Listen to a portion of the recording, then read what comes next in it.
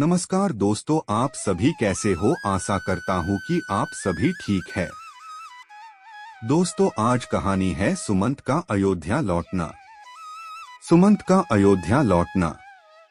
राम से विदा लेकर सुमंत पहुँचे। उन्होंने देखा कि पूरे अयोध्या में शोक और उदासी व्याप्त थी। उन्हें आते हुए देखकर अयोध्यावासियों ने दौड़कर रथ को चारों ओर से घेर लिया और प्रश्नों की बौछार करना आरंभ कर दिया। राम, लक्ष्मण, सीता कहाँ हैं?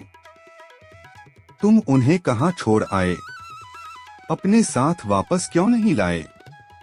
चाहकर भी सुमंत उन्हें धैर्य नहीं बंधा पा रहे थे।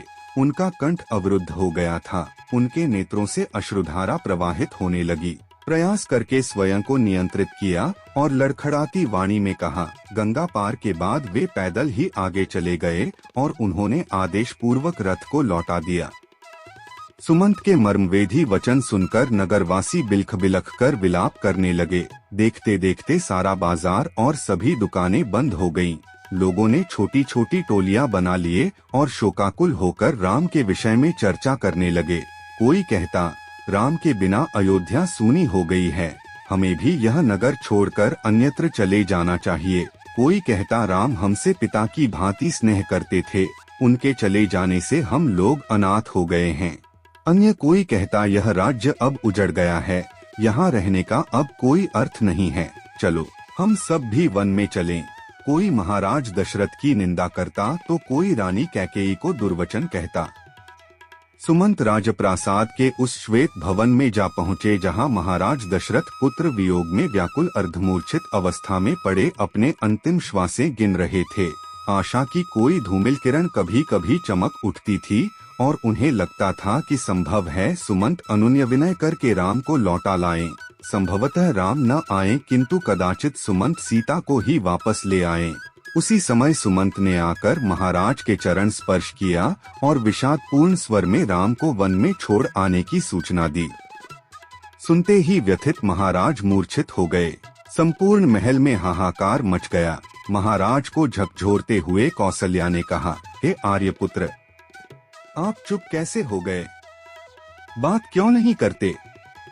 अब तो कैकेयी से की हुई आपकी प्रतिज्ञा पूरी हो चुकी है, फिर आप दुखी क्यों हैं? महाराज की मूर्छा भंग होने पर वे राम, सीता और लक्ष्मण का स्मरण करके विलाप करने लगे। उन्हें धैर्य बंधाते हुए सुमंत ने हाथ जोड़कर कहा, कृपा निधान। राम ने आपको प्रणाम करके कहा है कि हम सब सकुशल हैं। माता कौशल्या के लिए संदेश दिया है कि वे महाराज की हृदय से सेवा करें और कैकेयी के प्रति हृदय में किसी प्रकार का कलुष न रखें।